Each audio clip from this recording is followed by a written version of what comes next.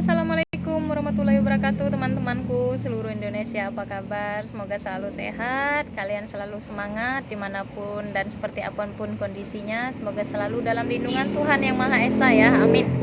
Terima kasih untuk teman-teman yang sudah menunggu update terbaru dari Pandora Channel. Dan kembali lagi kita di kesempatan ini bersama saya dalam hal membahas serta mengangkat cerita-cerita yang berkenaan dengan penggunaan aplikasi pinjaman online, baik itu yang dialami oleh teman-teman sendiri ataupun yang dialami oleh orang-orang terdekat kita.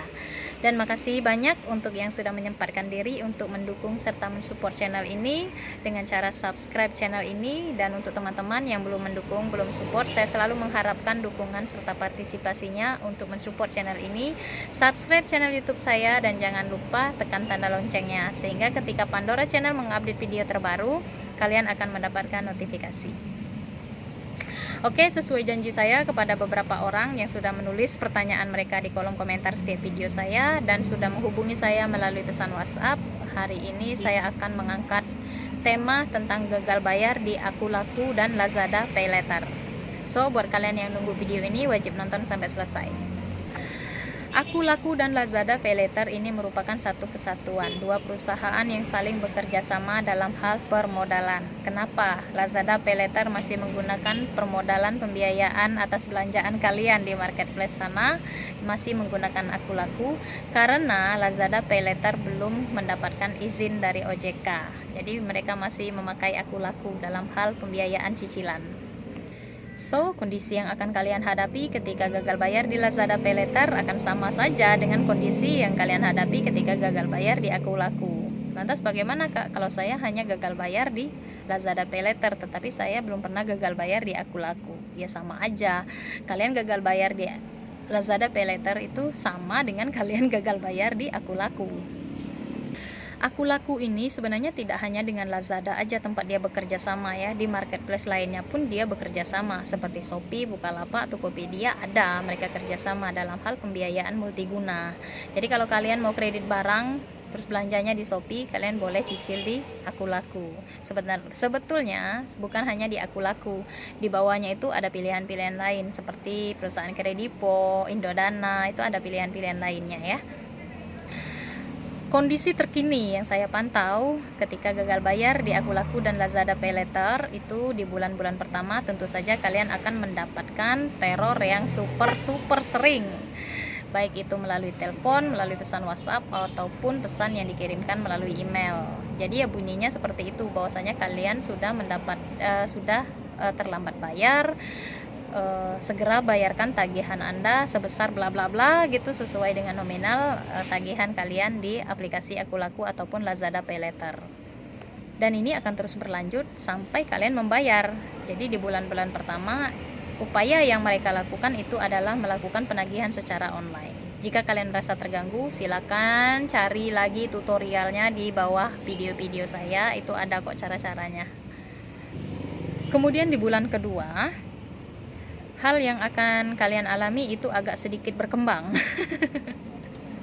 Karena tim Akulaku ini tidak hanya akan mengirimkan pesan tagihan melalui nomor kalian, melainkan sudah merebak ke nomor darurat, dua nomor darurat yang kalian daftarkan pada saat pengajuan. Dan apabila ada teman-teman ya yang sedang menonton video ini mengalami bahwasanya tim Akulaku ataupun tim dari perusahaan pinjaman online legal lainnya yang berani menghubungi di luar nomor kontak darurat, tolong kirim buktinya di nomor WhatsApp saya. Saya bisa bantu kalian melaporkan ini kepada tim OJK. Oke, kalau ada yang mengalami, tapi kalau nggak ada ya syukur, berarti mereka memang mematuhi aturan serta ketentuan yang diberikan oleh OJK dalam hal mendapatkan izin serta mendaftarkan perusahaan pinjaman online mereka di Otoritas Jasa Keuangan. Ini berlanjut sampai ke bulan ketiga ya, akan terus dihubungi dua kontak darurat ini, kemudian ke nomor kalian itu pasti. Lantas hanya sampai di bulan ketiga kah atau kan ada lanjutannya? Secara peraturan dan ketentuan yang sudah dikeluarkan oleh OJK sebetulnya sudah lewat dari 3 bulan dan H+90 pihak perusahaan permodalan itu sudah tidak diperkenankan lagi untuk melakukan penagihan secara langsung kepada debitur mereka yang gagal bayar. Tetapi fakta yang ada di lapangan, mereka tetap melakukan penagihan-penagihan secara online, baik itu menghubungi kontak kalian sendiri secara langsung melalui telepon ataupun pesan WhatsApp, tetapi mereka juga menghubungi 2 kontak darurat yang sudah kalian cantumkan ketika pengajuan. Lantas sampai kapan ini akan berlangsung? Kita ya gini aja menjawabnya, kalian mau mereka berhenti bayar hutang kalian, itu aja. Kalian mau mereka berhenti melakukan tagihan secara online, ya silakan bayar hutang kalian. Maunya tuh gini ya, ketika sudah H+90 atau lewat dari 3 bulan, maunya kalian apa? Hutang kalian hangus gitu, dengan jaminan BI checking kalian jelek, kayak gitu. Buktinya di lapangan sayang.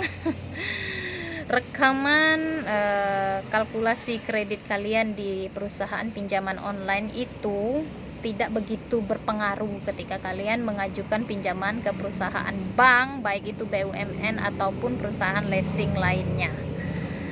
Jadi ya, dengan kondisi yang ada seperti itu, tentu saja pihak perusahaan pinjaman online akan tetap melakukan penagihan secara online kepada kalian. Apabila memang memungkinkan, mereka pun akan datang langsung ke alamat kalian. Lantas Kak, apabila memang kita sudah memiliki niat baik untuk mencicil tagihan di aplikasi pinjaman online, ya kita sebutlah di sini Aku Laku, apakah kita akan membayar beserta bunganya? Jadi gini ya, jika kalian memang sudah sangat keberatan atas tagihan dari pinjaman online, baik itu perusahaan apapun, tapi di sini yang saya tekankan yaitu di Aku Laku ya, maka tunggu saja DC-nya datang ke rumah kalian. Tunggu saja kedatangan tim lapangan mereka. Nah, dengan begitu kalian bisa nego, bisa sampaikan keluh kesah kalian, permasalahan yang sedang kalian hadapi itu seperti apa. Nanti pihak lapangan mereka pun, jika kalian mampu berbicara secara hati ke hati, face to face, ataupun mampu untuk mengambil hati mereka, tentu saja mereka akan mengizinkan kalian mencicil pokoknya saja. Tetapi sebelum itu mereka kabulkan, tentu saja mereka akan bersikeras bahwasanya hal itu tidak bisa mereka bantu. Tetapi ya bisa-bisa kalian aja sampaikan bahwasanya kondisi yang ada sekarang, saya hanya mampu membayar pokok saja dengan cara mencicil. Mereka pun juga dari perusahaan pinjaman online yang legal ya, yang legal ini pun mau semua permasalahan gagal bayar kepada debitur-debitur mereka ini ada ujungnya. Mereka juga mau ini semua cepat selesai. Makanya dengan kondisi sekarang ya, banyak sekali debitur gagal bayar, bahkan sampai menumpuk ya di beberapa aplikasi gagal bayar semua.